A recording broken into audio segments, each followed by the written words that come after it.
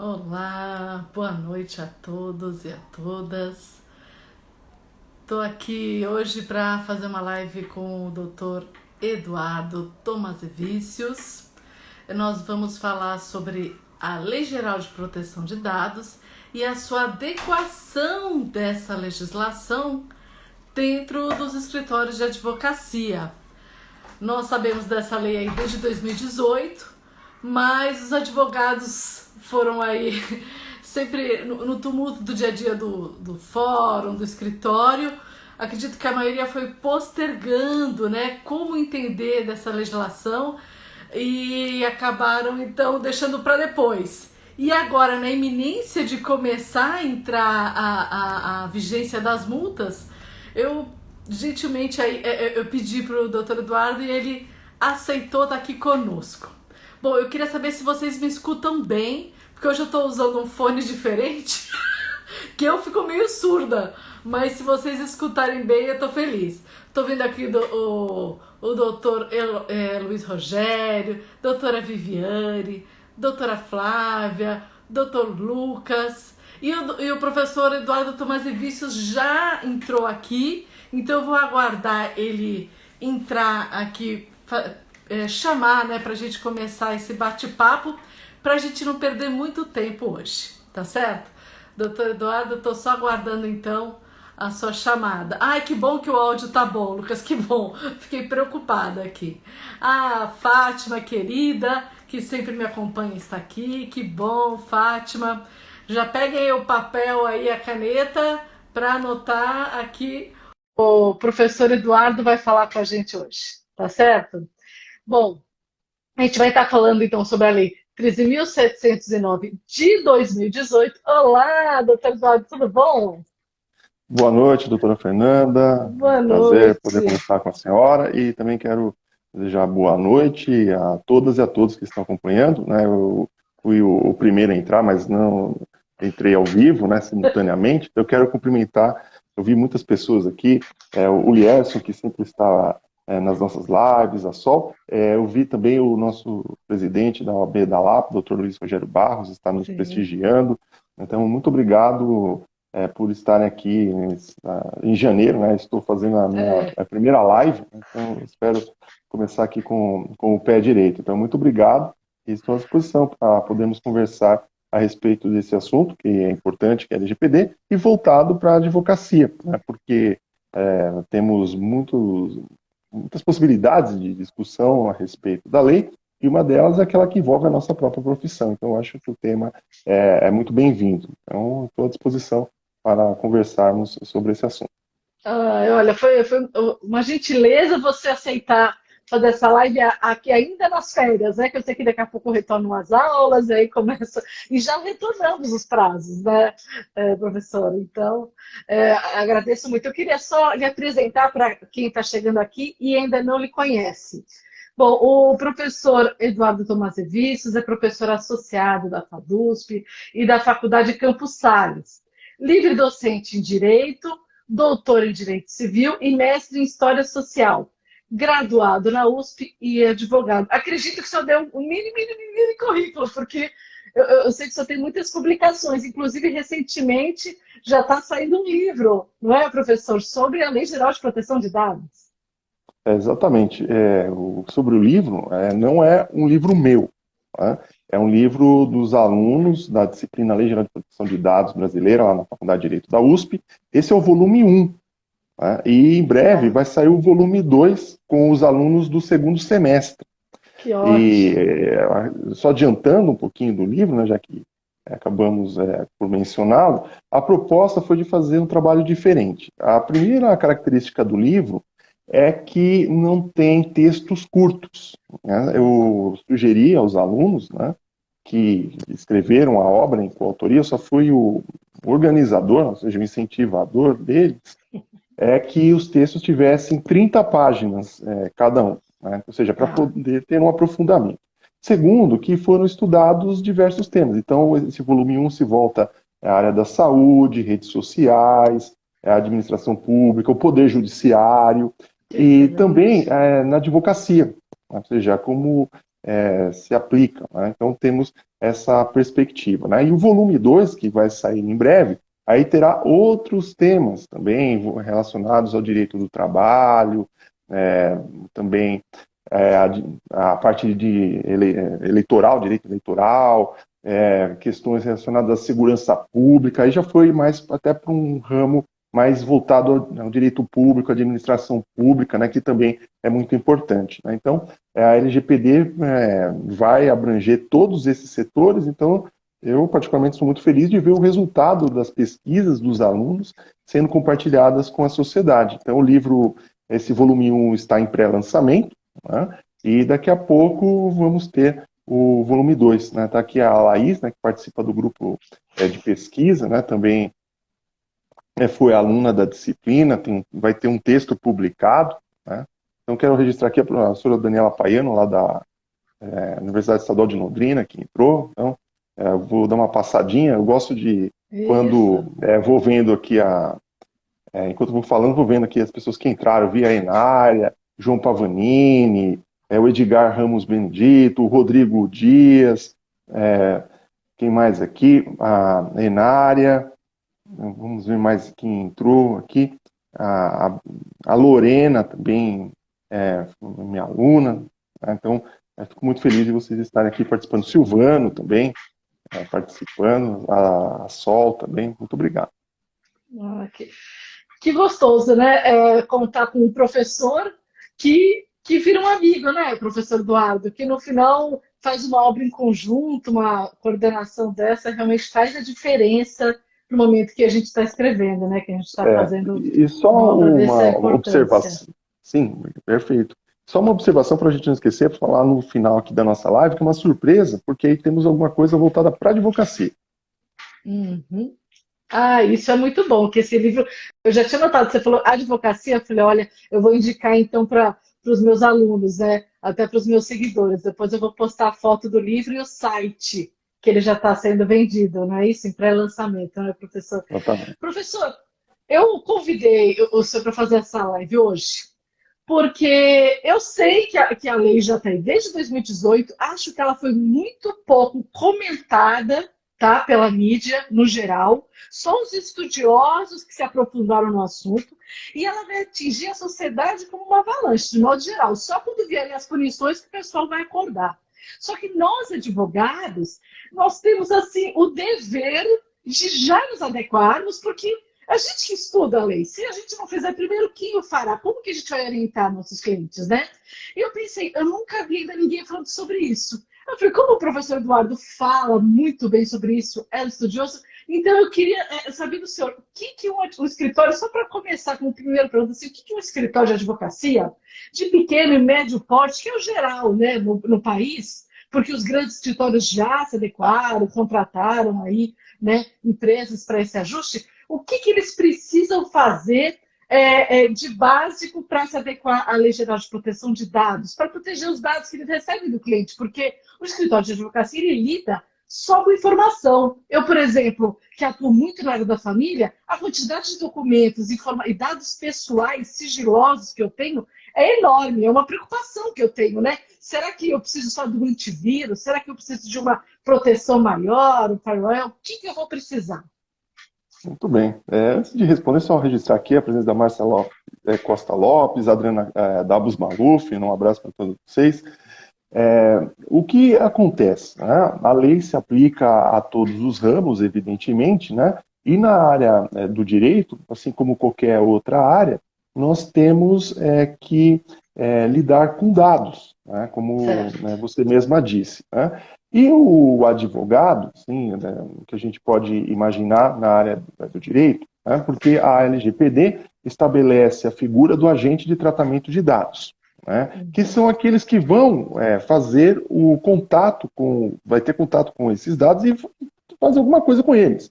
Seja lê-los, seja interpretá-los, analisá-los, armazená-los, descartá-los e assim por diante. Então, quando se pensa em um agente de tratamento de dados, não precisa só ser uma grande empresa, como a gente vai imaginar, uma plataforma digital que vai lidar com milhões de pessoas. Né? O advogado sozinho já vai ser um agente de tratamento de dados. Então, é de uma pessoa a um escritório enorme, todos estão sujeitos à lei. Essa é a primeira questão, né, que é muito importante. Né? A segunda questão que também merece destaque em termos da aplicação da lei na área do direito, né, é que quando nós pensamos em tratamento de dados, nós vamos lidar com dados não pessoais, por exemplo, né, vamos dar o exemplo, né, uma rua, né, isso não é um dado pessoal, né, isso não tem qualquer relação com a pessoa, né, mas a gente pode ter esse tipo de dados. E podemos ter dados relativos à pessoa, né? Então temos os dados, por exemplo, o nome, enfim, a data de nascimento, onde trabalha, e temos, sobretudo, como foi falado na área da família, alguns dados sensíveis, né, que são aqueles que, se forem de conhecimento de terceiros, podem causar danos maiores do que aqueles dados normais, que, como falei, né, são aqueles que a gente consegue obter até com certa facilidade. Né? E como na área de direito de família, por exemplo, ou direito do trabalho, nós vamos ter contato com algumas informações sei lá, relacionadas à saúde da pessoa, orientação sexual, religião, ou a própria questão familiar, então precisa realmente ter mais cuidado ainda. Mas relacionado à advocacia, uma primeira conclusão que a gente pode chegar é que, felizmente, né, o trabalho do advogado já está, de certa forma, adequado à LGPD, por uma simples questão, que se baseia até na sua fala, que a doutora falou a respeito do sigilo. Né? Isso significa que o advogado ou a advogada já tem uma certa cautela, né, já tem uma formação própria para tomar cuidado com dados.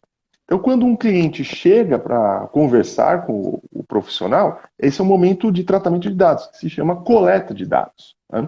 Quando a gente fica no escritório ou em casa pensando no problema, estamos fazendo análise de dados. Né? E também podemos guardar os dados num computador, na nuvem, ou num arquivo, como tinha aqueles arquivos de ferro, né? E essas são consideradas armazenamento de dados. Então, na prática, né, boa parte dessas atividades de tratamento de dados realizados por advogadas e advogados já se toma o devido cuidado sobre essa terminologia do sigilo. Né, que significa o quê? Que se tem, quando a gente pensa em sigilo na nossa área, a gente quer simplesmente não comentar com terceiros, até mesmo com colegas. A gente sempre procura falar, dando um caso hipotético, em sala de aula, dando exemplos, é sempre Caio, Tício e o Mévio. A gente faz, na verdade, um processo de anonimização dos dados. Exatamente. Né? Então, quanto a esse primeiro ponto, de certa forma, tranquilo. Né? Mas o que vai ser necessário tomar cuidado daqui para frente?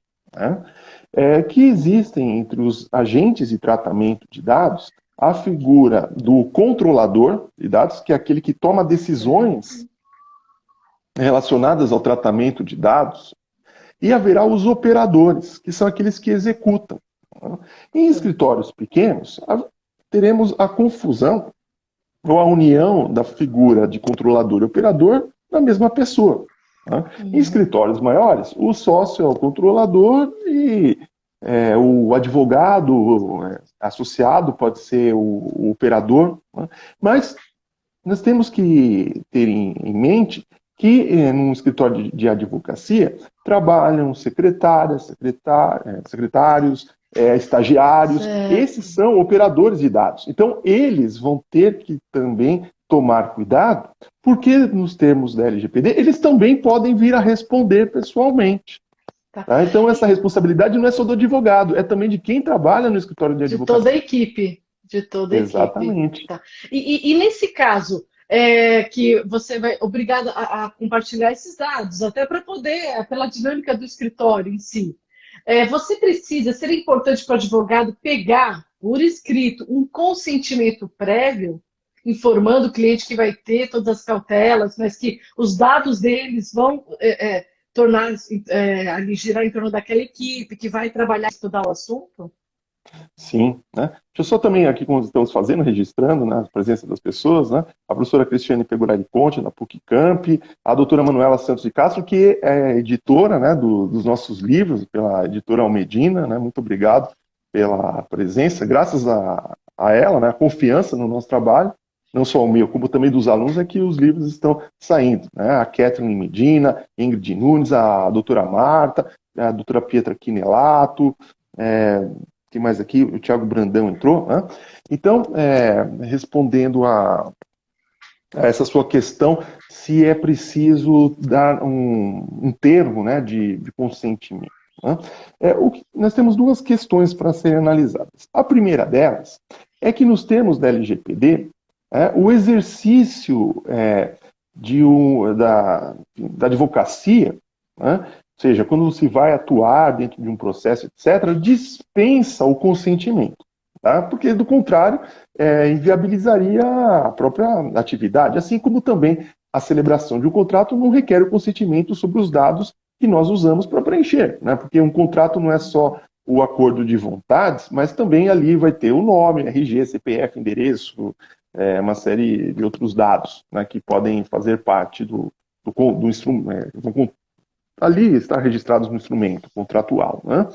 Então, assim, de bom tom, seria bom que o advogado elaborasse um pequeno documento, né, um termo, né, não precisa ser muito complexo pelo fato de que a profissão já dá a cobertura, né, já segura o sigilo independentemente de qualquer coisa. Né? Mas é só informar, olha, eu profissional, eu escritório, eu quero informar que eu estou ciente da LGPD e vou dar uma proteção, vou cumprir a lei. Ou seja, a despeito da minha própria profissão, do código de ética, estabelecerem esses cuidados, eu vou também observar o que está na LGPD, que também não vai ser muito diferente. Né? O que a LGPD fez foi, na verdade, deixar tudo de uma maneira mais palatável, mais fácil de compreender. Porque, assim, na minha opinião, essa matéria de proteção de dados corresponde à aplicação do princípio da boa-fé em matéria de proteção à privacidade. Ou seja, se você agir corretamente, agindo de forma coerente com o seu cliente, informando sobre o que vai ser feito com o dado, e também tendo uma postura cooperativa, evitando que esses dados sejam usados de forma indevida, você cumpriu a lei com toda a tranquilidade. Então, assim, eu acho bom fazer um termo, né, porque você estará informando, mas no limite, se não tiver, não é um problema. Mas eu recomendo que faça. Eu coloquei no meu contrato de honorários já, parágrafo, para já constar nesse sentido, professor. Mas quem já está entrando agora e já tem os contratos em andamento, aí pode ser que seja interessante, né? Pegar esse Ou até consentimento mesmo prévio. enviar um Um e-mail. comunicado, assim, um e-mail falando, olha, a partir de agora, talvez você não saiba, mas tem a Lei Geral de Proteção de Dados e quero declarar que eu já vinha, pela própria profissão, já seguia a lei, mas eu vou também aplicar. Mas também já seria suficiente. É claro que pode ser que a Autoridade Nacional de Proteção de Dados possa elaborar alguma resolução, ou a própria OAB também fazer uma resolução, dando uma orientação sobre como os advogados devem agir. Acho que seria muito bem-vindo, até para deixar tudo muito claro para todo mundo, para termos mais segurança, para não ficar, como eu falei aqui, seria bom, não precisa, mas seria bom. Mas, se é bom, então vamos fazer. Acho que se tivesse já todo mundo, até a OAB fazer uma declaração para que todos os advogados a utilizem, uma declaração padrão, um termo padrão, que ótimo, né? Isso é verdade. Estaria até mais tranquilidade para o jovem advogado, que é esse que fica mais perdido quando ele já entra no mercado para atuar junto com os advogados que estão há muito tempo e não sabe nem por onde começar, inclusive se adaptar à lei. E, professora, então você está falando sobre esse termo, aí eu me peguei no seguinte, quando o processo acaba, vai para o arquivo. No nosso escritório, né, hoje eu já consegui digitalizar todo o arquivo, demorei um tempo, né, para fazer isso. Mas aí a gente digitaliza e vai para a nuvem. Eu sei que a lei de proteção de dados, ela também fala do tratamento desses dados, né, que seriam do arquivo morto. Para o advogado, como que ele faz? Porque tem que ter todo um cuidado, não é, professor? Sim. Deixa eu também registrar aqui o presença do professor Danilo Mergulhão, lá de Belo Jardim, aluno da USP, Sandra Toledo, a Lauane, também o doutor José Faleiro Júnior, um grande especialista em inteligência artificial aqui no nosso país. Né? Então, sobre arquivos, né? Isso é muito interessante, porque até escrevi, em relação à boa-fé, eu publiquei um texto no Conjuro, né, muito simples, falando sobre a boa-fé na Lei Geral de Proteção de Dados. É claro que, por ser um texto de coluna, não houve aprofundamento, mas é alguma coisinha. E também escrevi um outro texto sobre os 10 anos da Política Nacional de Resíduos Sólidos, relacionando a LGPD, que trata da questão do descarte de dados, que envolve, por exemplo, houve a digitalização do seu arquivo. Né? Mas para onde foram esses papéis? Houve a trituração, houve uma incineração, ou se jogou ou mandou para reciclagem, né? Então esse é o problema que eu explico naquele outro A texto. reciclagem é o pior, né, professor? Não, mas é comum, porque a gente quer reciclar papéis, né? Dá para usar, mas, ou seja, é perigosíssimo, né? Então teria que ter a fragmentação desse material. Né? Quanto a guardar na nuvem, existe muita segurança. Né? Mas assim, não tem. Claro, não se podem deixar senhas fáceis. Né? Aliás, é outro tema que eu gostaria de abordar, que acho que esse sim é o mais preocupante. Porque enquanto a questão do sigilo, a proteção em si, a análise dos dados, né? Por exemplo, a coleta é tranquila. Né? A gente assegura o sigilo numa conversa entre o profissional e o cliente. Isso faz parte da profissão. A análise também, isso vai se manifestar dentro do processo. Né? Mas a questão do armazenamento e do descarte, essas sim são com as quais o advogado deve se preocupar. Por quê?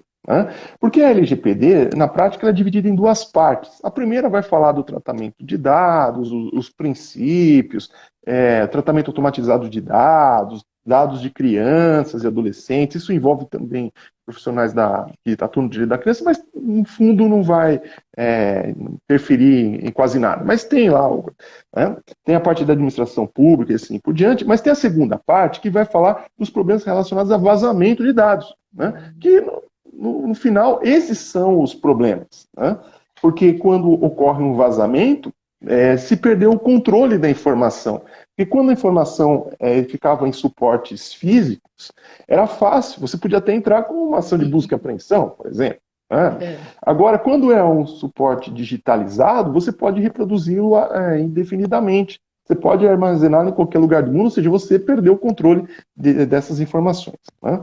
Então, por isso, né, a LGPD, nesse ponto, é bastante severa. Por isso que ela vai responsabilizar tanto o controlador quanto o operador por vazamentos. Né? Então, também vai se ter, acho que aí vale a pena o advogado pensar numa política, né, para tomar cuidado quanto a vazamentos. Então, por exemplo, a doutora Fernanda falou sobre ter um firewall, um antivírus. Né? Isso é obrigação, né? Porque está lidando com dados de terceiros. Então, tem que se tomar muito cuidado a partir de agora, né? Ou seja, o cuidado é redobrado, né, quanto a esse armazenamento. Deixar na nuvem, o risco que existe é da senha.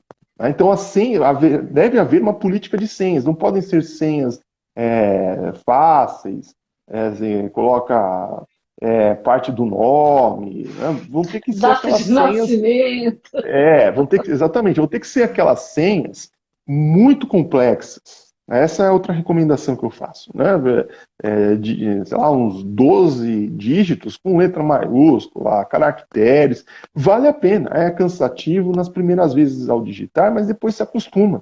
A gente já nem pensa mais, os dedos se mexem automaticamente, a gente já escreve aquelas senhas difíceis, né? Então essa é a primeira providência. Aí eu fico pensando, por exemplo, a colega que armazena as coisas num Dropbox, né? Embora fiquem na nuvem, mas também ficam dados no computador, né? E se o computador for para assistência técnica? Né? Ou se, por exemplo, o advogado, aquele que só tem um computador e fica andando o equipamento de lá para cá, deixa no carro, pode haver um furto, um roubo. Até o Né? Então, smartphone, né, professor? O smartphone é um computador que tem tudo ali, né?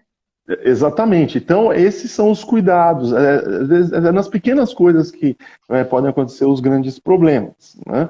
Então, tem que evitar que por exemplo, se é no smartphone, tem que fazer o logout para sair, quando é dados de clientes. Também, se for levar o computador de um lugar para o outro, é bom também fazer o logout, né, para evitar o acesso, né, evitar que se armazenem dados dentro da máquina. Que é aí que, na verdade, para o advogado é onde vai estar o problema, já que hoje praticamente quase tudo digitalizado, né? É, esse é o ponto, né? Acho que é a questão mais preocupante em matéria de proteção de dados na área da advocacia, né? O vazamento de dados. Tá certo. E você sabe, professor, que eu estudando essas questões de dados, eu me preocupo muito, porque a pessoa física, ela não percebe, ela posta muito conteúdo nas redes sociais, que às vezes é um conteúdo que seria um dado ali sensível, né? Dela mesmo que ela posta. E aí eu até já cheguei a conversar com algumas pessoas, eu gostaria de saber a sua opinião. Se você entende que isso aí poderia ser visto como uma renúncia dela a essa postagem, porque as redes sociais elas têm termos de uso que elas falam que o que você coloca ali elas podem usar. Esse é o problema. Você acredita com a nossa legislação que conflita com esses termos de uso das redes sociais, que seria uma renúncia dela ou não? Que isso pode ser haver uma briga em relação a isso?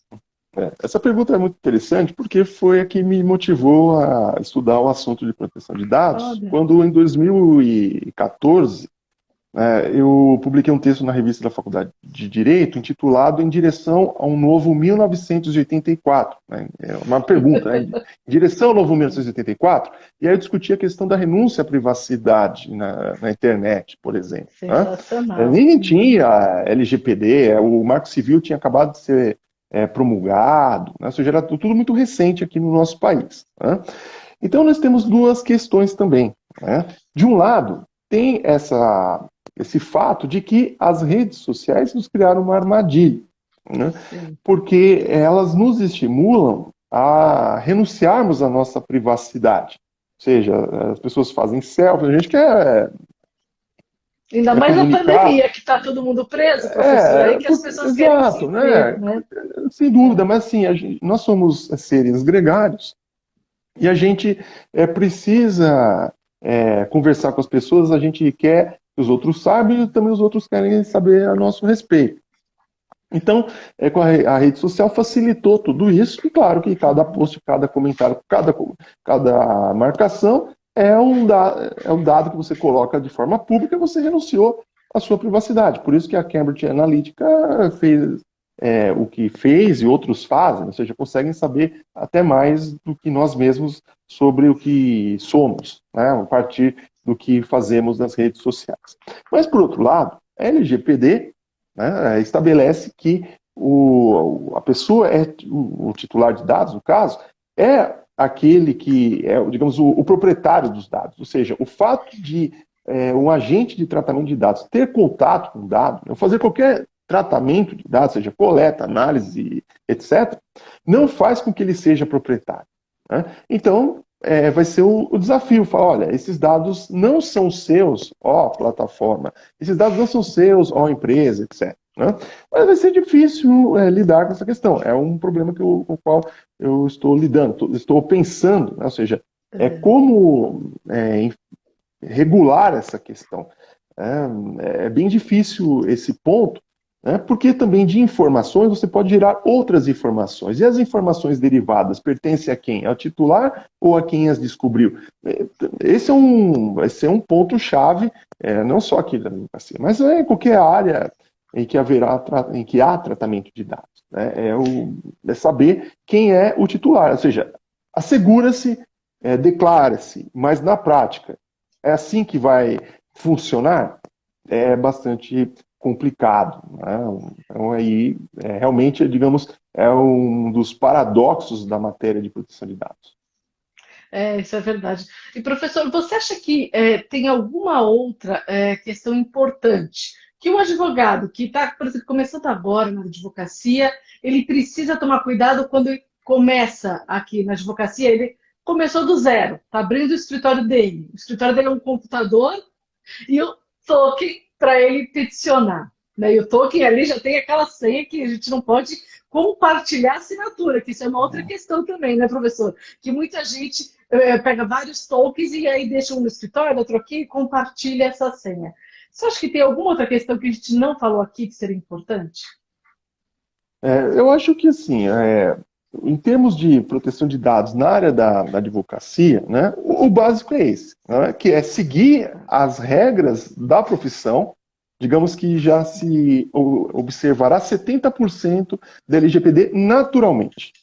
Né? Os outros 30%, que é o que não está evidentemente no código de ética, corresponde à segurança da informação. Ou seja, tomar os cuidados que aí independem também de ser advogado ou não. É o cuidado que toda pessoa tem que ter, né? Que é não deixar assim as faces, que é equivalente a deixar uma porta aberta. Né? Ou seja, o correto é que não haja invasões. É crime a evasão de dispositivo informático. Né? Ou seja, tem a lei Carolina Dickmann, né? Até registrando aqui a professora Cristiane Pegorari, é especialista em crimes digitais, né? Tem uma obra muito importante na área, ou seja, nós temos instrumentos, mas o ideal é que não acontecesse, mas não se pode facilitar. Né? Então tem que tomar esses cuidados. Então, basicamente, seriam esses. Observa a profissão e reforça a parte de segurança de dados. No mais, eu acho que não teria, assim, talvez fazer o termo, né, que a gente já comentou, ou mandar uma declaração falando que vai observar a LGPD, né, mas não vejo, assim, muita coisa. O que talvez hoje poderia colocar é a questão da responsabilidade, né, que esse é um dos Isso que eu aspectos, ia porque falar. a doutrina em geral, estabelece. Eu também, quando eu li a LGPD pela primeira vez, na minha cabeça já veio o seguinte, né? Porque o artigo 42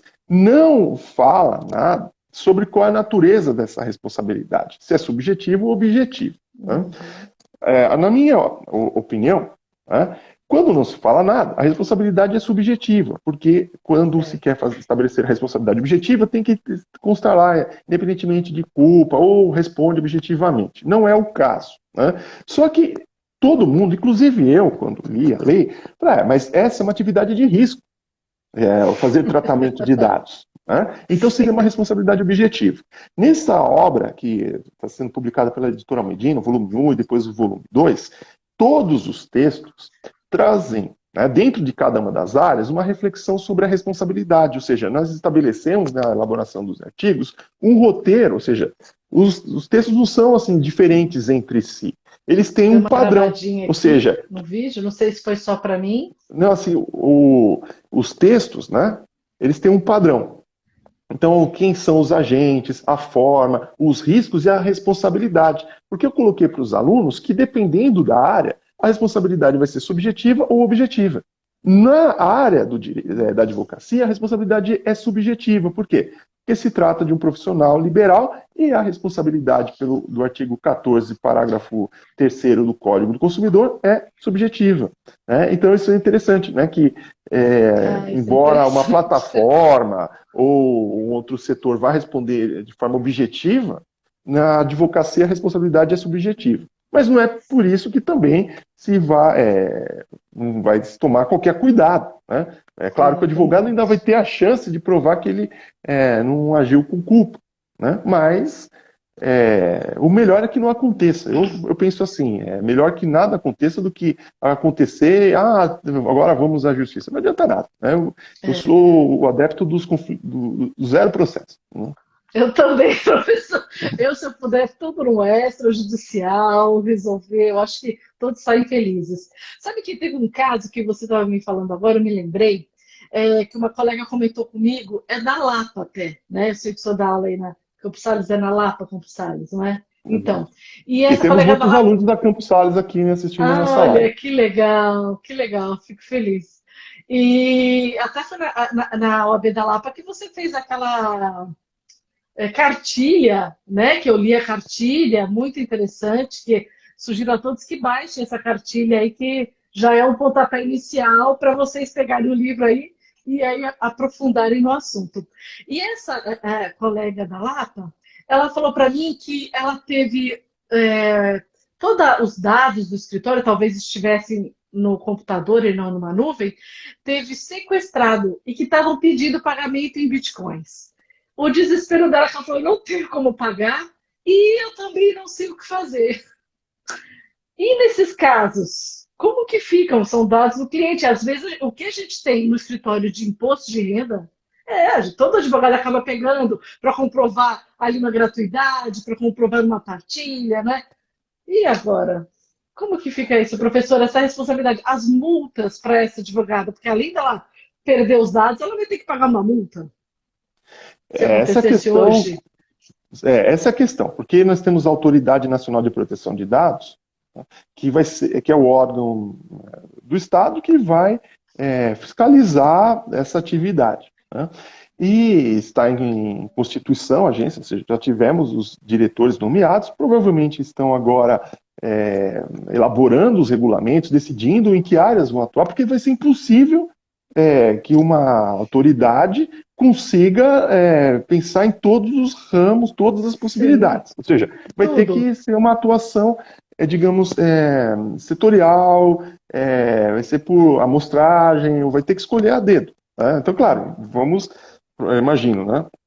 Eles vão dar prioridade onde o risco é maior, ou seja, as grandes plataformas, bancos, etc. Né? E não, talvez, o escritório de advocacia. Mas eu acho que pode acontecer. E a primeira questão é que vai surgir um conflito de competência. Quem é que vai poder controlar a atividade do advogado? Vai ser a ANPD ou a OAB? Esse Vai é um ser assunto o que já vai ter que ser procedimento resolvido. administrativo ou não? Ou a OAB vai querer avocar essa competência, ou, por exemplo, nós temos na advocacia o Tribunal de Ética, que vai apurar, né, as infrações cometidas por advogados, entre elas quebra de sigilo, que aí corresponde à matéria de tratamento de Exatamente. dados, né? Então vai ser a OAB que vai punir ou a ANPD? E será que a OAB vai admitir que a ANPD aplique uma sanção ao advogado? Então, ambas as instituições vão ter que dialogar, conversar, vão ter que ver como é que vão fazer, né? Mas vamos supor que a OAB decline dessa competência e falar, tudo bem, fica a cargo da NPD. Aí podem ser aplicadas multas, que chegam, a primeira multa mais simples é uma advertência, a segunda já vai ser uma multa de até 2% do faturamento. É bem alta, né? E É pode bem implicar até alta. mesmo a cassação da atividade, que aí que é outro problema. Então, Pode a ela esbarra no autoridade AB. cassar É. a atividade do advogado? Então é difícil a gente saber como vai ser, né? Em princípio, a NPD pode aplicar multa. Como se dará, não sabemos, né? Mas, em tese, eu acho que vai ter alguma punição, alguma previsão de multa para o advogado que for displicente em relação aos dados dos seus clientes, né? Agora, tudo isso que eu coloquei para vocês. Como vai ser? Vamos ter que aguardar pelo menos mais de um ano, né? Acho que só para 2022, no mínimo, porque em 2021 o foco vai ser outro, né? É Imagino, verdade. né? Ou seja, você começa resolvendo os problemas mais sérios que vão atingir muito mais pessoas. Aí você vai Grandes descendo, né? empresas, é. É porque o grande medo dos dados, eu fico imaginando, por exemplo, farmácias. Olha só que coisa interessante, que não tem nada a ver com o assunto aqui, mas você vai numa farmácia, eles pedem o quê? A carteirinha do plano de saúde. Aí você pensa, por que ele quer? Para desconto. Eu falei, mas será que ele vai usar o plano que eu estou comprando um remédio? Isso vai aumentar o meu plano, doutor? O que eles vão fazer com esses dados? Eu sempre me pergunto. Aí, se você não dá, você fica se culpando, eu não tenho desconto. É uma loucura isso, professor, uma loucura. Como a venda de um dado seu, não é? Sim, né? Deixa eu só concluir a questão do sequestro dos dados, né? Sim, aí realmente é complicado, né? Porque vai ter que pagar. Por isso que o ideal é fazer backup de tudo. Ou seja, tem que fazer backups periódicos, porque se acontecer um acidente desses, você consegue se esquivar, né? E, lamentavelmente, também, você falou de imposto de renda, mas os dados já foram vazados. A gente não pode ter a ilusão de que não tenham acesso às nossas declarações. Infelizmente, a gente sabe até no centro da cidade onde vende. Isso, quantas reportagens já foram feitas? Dá o imposto de renda, eles ficam loucos. Onde você conseguiu? Não, exatamente. Claro, assim, nesse ponto eu sou um pouco cético, né? Porque a gente faz o que pode, mas dificilmente a gente vai conseguir ter uma grande defesa da privacidade. Agora, em relação ao CPF, existe a lei estadual que proíbe o pedido de CPF, ou assim, compulsoriamente, né? Porque a farmácia é um lugar complicado. Primeiro que você já entra, você já é, digamos, intimidado, porque você já tem que entrar sabendo o que você quer. Porque já perguntam, pois não, o que você quer? Aí você quer ver na prateleira lá um remédio ou outro, né? Exatamente o que a Manuela falou, né? Quer ver sei lá, um operador de cabeça, o outro você já tem que pôr numa cesta para ficar ali, né? Aí você vai ao caixa, você quer perguntar o preço, já pede o CPF para saber o preço. Isso viola o Código do Consumidor, que o preço tem que estar ostensivo, ou seja, né? Aí você vai ao caixa, pede de novo o CPF. Né? E o que se faz com isso? É que, por exemplo, claro, na área da saúde, não existe almoço grátis, né? Alguém vai ter que financiar. Quem financia é a indústria farmacêutica. Então, para que tudo possa continuar, então, por exemplo, para o médico ficar atualizado, ele vai no congresso que é patrocinado pela indústria. Aí, no caso, né, a indústria paga, financia a viagem, né? Só que em contrapartida o médico precisa indicar o remédio. Como é que o laboratório sabe se indicou ou não? É pelo CPF, porque em geral a gente vai ao médico perto de onde a gente mora. Então por ali já se consegue associar que aquela pessoa comprou aquele médico está ali, então se fecha o ciclo, né? Então o correto, assim, ou deixa tudo às claras, eu estou pedindo os dados porque eu quero monitorar o seu perfil de consumo, eu quero saber, eu quero fazer uma pesquisa clínica, aí teria que pedir autorização. Ou seja, deixa as claras, ou seja, não é o CPF, não é uma bondade, não é uma benesse. Hoje a gente paga com dinheiro e paga com dados. Né? Então, isso que precisa ter é a boa-fé, no sentido de falar, olha, eu estou coletando dados, estou comprando informações, ou seja, o remédio é 10, o preço dele é 7, só que eu vou pagar 3 em informações. Você me vende? Se fosse tudo às claras, seria mais fácil. Né? Mas o meu grande medo é no futuro falar, olha, por que ao longo de 20 anos você usou esse remédio? Então agora eu não vou te dar uma cobertura porque essa é uma doença pré-existente. Esse é o problema, né? Que descaracterizaria o contrato de seguro. Esse é o ponto. Por isso a boa-fé é o fundamento da lei. Né? Ou seja, se quer coletar dados para essa finalidade, eu não acho isso ilícito, não acho isso proibido. Só não pode ser dessa forma, em que a gente sai arrasado. Parece que nos acham esquisitos por a gente não dar o CPF. Porque fala, mas como você não quer dar o CPF? Eu vou lhe dar um desconto. Como você não aceita? Né? Então, parece uma grosseria. Você não fala, mas qual o problema? Aí eu falo, eu não vou dar. E o plano de saúde? Eu falei, não vou dar. Ou você me dá o desconto porque você quer, ou não dá o desconto. É difícil, e outro problema, né? Vamos supor que eu vou comprar um remédio para alguém, aí pede o meu CPF, aí vai associar o remédio que eu usei à minha pessoa. Então falar, mas por que você comprou esse remédio? Até explicar que não foi para mim, já podem ter me negado um atendimento. Tudo bem, eu vou à justiça, não sei o quê, mas e se eu estiver à beira da morte? Aí, o mais rápido que possa ser a justiça. Esse é o problema. Né? Então, acho que se tudo ficar às claras, não tem problema. Isso é verdade. A gente precisa continuar confiando na boa fé. E como que funciona? Não sei se o senhor chegou a pesquisar sobre isso, essas questões da Legislação de Proteção de Dados em outros países. Para ter um exemplo aqui, já que a gente não tem agora, e só daqui 2 anos a gente vai saber mais ou menos isso, com relação aos advogados, por exemplo, se você sabe se já está havendo punições, como que está vendo isso na Europa, nos Estados Unidos, onde a legislação é mais antiga, professor? Então, nos Estados Unidos não tem legislação, né? No máximo tem a Ah, não tem? Califórnia, que incorporou dentro do Código Civil, né, a Olha, parte de proteção de dados, né? Então, pode ser que no futuro tenha uma lei federal, né, mas a característica dos Estados Unidos é a valorização das leis estaduais, é mais pela jurisprudência e atuação da FCC, que seria o equivalente à Anatel. Né? Na Europa, nós temos o GDPR, que influenciou a nossa lei, né? Assim, em relação a advogados, eu vou ser bem sincero, eu não me atentei, né? Claro, lá estão sendo aplicadas as sanções, assim como serão aqui, né? Mas se voltam a áreas assim, é, de como indústria, provavelmente vai né? ser, indústria, clubes, ou seja, quem trabalha com mais dados, assim, de advogados, normalmente não sei. Até a título de sugestão, tem dois canais que eu posso indicar. O primeiro do nosso grupo, né, que é o LGPD USP, aqui, né, que é o Direito Civil na Sociedade em Rede, que trabalha, e também tem outro que é lá do Rio de Janeiro, que é um rapaz muito estudioso, é o Pedro da Lese, que é o GDPR Sanções. Ele traduz para o português as sanções que a União Europeia tem aplicado. Né? E pode ser que alguma tenha me escapado. Né? Então eu dou essa dica, né, quem quiser saber Que mais. interessante. Professor, tem uma pergunta aqui da Do Lierson, Lierson. né?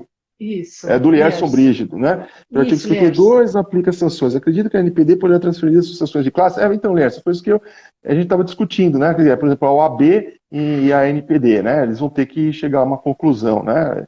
Então, isso que você colocou, né? Foi o que a gente discutiu, né? Vamos É. ver como é que vai ser. Né? A OAB vai ter que se pronunciar e rapidamente. É em agosto agora que começa já valer a multa, né, professor? E a aplicação os artigos 52 e 54 entram em vigor em agosto de 2021. Né? Aí sim, já vão começar a aplicar multas, apesar de que não precisa esperar esse tempo, porque o Ministério Público, por meio de ações civis públicas, já pode, não aplica multas, né? Mas entra com ação, pede uma indenização, que vai para o Fundo de Direitos Difusos. O PROCON também aplica multas severas. Ele já tem uma tradição. Aliás, um texto que eu escrevi em parceria com um colega da Itália, o professor Angelo Ferraro, né, a conclusão que eu cheguei, ou seja, antes da LGPD, é que a nossa lei era o Código do Consumidor. A gente resolvia os problemas por essa via. E o Que é PROCON excelente. fazia o papel da NPD, né, aplicando multas pesadas. Então, isso também vale a pena ser destacado. Né? Eu queria também só mencionar a respeito da cartilha que a doutora Fernanda falou, que é um Isso. trabalho que a OAB Lapa fez pela Comissão de Startups, Proteção de Dados e Inovação e Advocacia, que foi na presidência do doutor André Kageyama, né?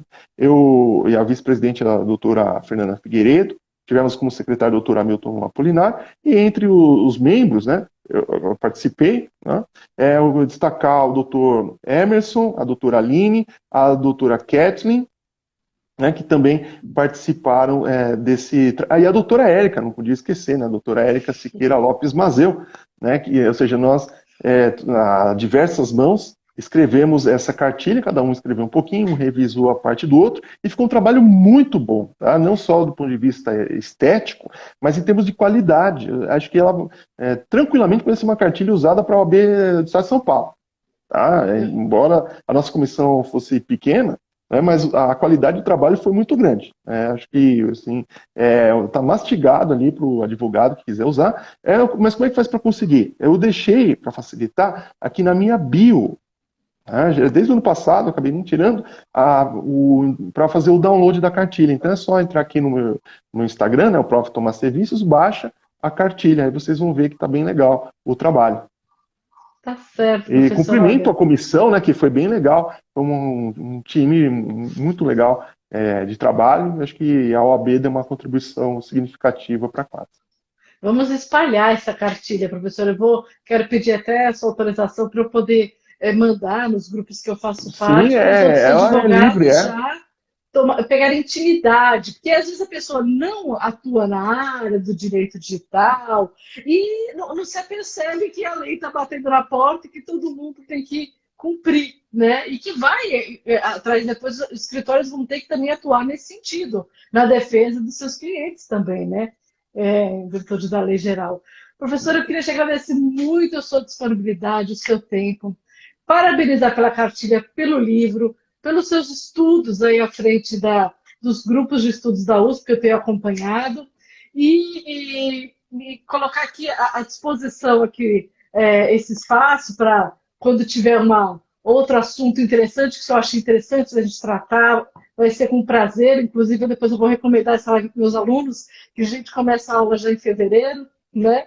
Para eles assistirem, para já começarem a tomar, né, consciência do que está por vir. E te parabenizar aí pelo seu trabalho à frente, né, da Lei Geral de Proteção de Dados, que realmente você há tanto tempo atrás já estava estudando, quando não se falava de lei geral, né, de dados, já estava estudando o direito de privacidade, que é tão importante e que sempre me causa muita preocupação. Ainda mais quando a gente vê crianças e adolescentes, como tem na cartilha um espaço também, em massa nas redes sociais e não sabem, né, o que eles estão expondo, né, as consequências de tudo isso. Então, eu quero te parabenizar por isso e pelo seu trabalho, professor, e agradecer, né, por estar aqui comigo e com todos presentes essa noite. Viu, professor? Muito obrigada.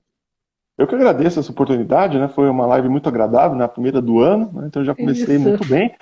Mas em relação aos trabalhos, o trabalho é das pessoas. O trabalho não é meu, não quero pegar para mim os louros dos outros. Né? A comissão Então, é em que seu fez, nome, eu os parabenizo a alunos. todos. Aí tudo Isso. bem, aí fica melhor, né? Que aí todo mundo se sente contemplado, acho, assim, de coração, acho justo que todos também, eu tentei lembrar de Tá todo mundo aqui certo. para participar, né? E faço também, aí já indicando os livros, né? Tem os que a Ondina publicou, a minha tese de doutorado sobre a boa-fé, a livre docência sobre a proteção do patrimônio cultural, né? E agora esses livros que vão sair sobre a LGPD, né? E outros também que a gente vai outro livro também sobre inteligência artificial e proteção de dados, né? Também contando aqui com o apoio da editora Almedina e também sobre a proteção da pessoa com deficiência, que foi, acho que onde a doutora Fernanda participou daquele congresso que nós organizamos. Sim, Então, muito sim, foi obrigado maravilhoso. por todas essas oportunidades, né? Então, estou sempre à disposição, sempre que quiserem conversar, para mim foi um grande prazer. Ah, professor, eu que agradeço, e todos aqui também estão muito felizes aí por você ter compartilhado aí todo o seu conhecimento conosco.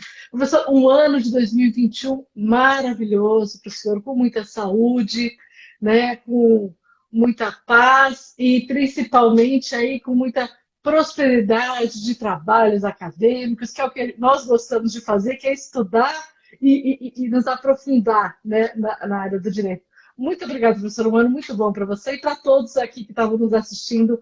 Um 2021 muito bom, hein? Muito pacífico e próspero em trabalho. Muito obrigado, com muita paz, saúde, alegrias e vacinas, né? E E também, pessoal, mas, vacina. aproveitando, né, recomendando os livros da editora Almedina, entrem no site Sim. almedina.com.br, né, porque sempre eles publicam obras muito boas, né? Então, por favor, né, fica o convite aqui para visitarem o site lá da editora Almedina, não só em relação aos meus trabalhos, mas os trabalhos de todos os colegas que têm recebido o apoio dessa editora, que ela sim tem acreditado na gente, na pesquisa, divulgando os trabalhos da forma como tem que ser, sem redução, ou seja, não é uma perspectiva somente do mercado, mas sim uma É perspectiva comercial, do mas ensino é acadêmico. Então, acadêmica. a editora Medina também está de parabéns. Agradeço também em público a eles. Tá? Então, Que muito ótimo, obrigado, que ótimo. doutora Fico feliz. Fernanda. Muito obrigado, Obrigada. doutora Fernanda, pelo convite. Obrigada. Boa noite a todos e bom descanso aí. Até a Muito próxima. Tchau, obrigado. Até professor. mais. Tchau, tchau. Até Tchau, logo. tchau. Até logo. Até logo.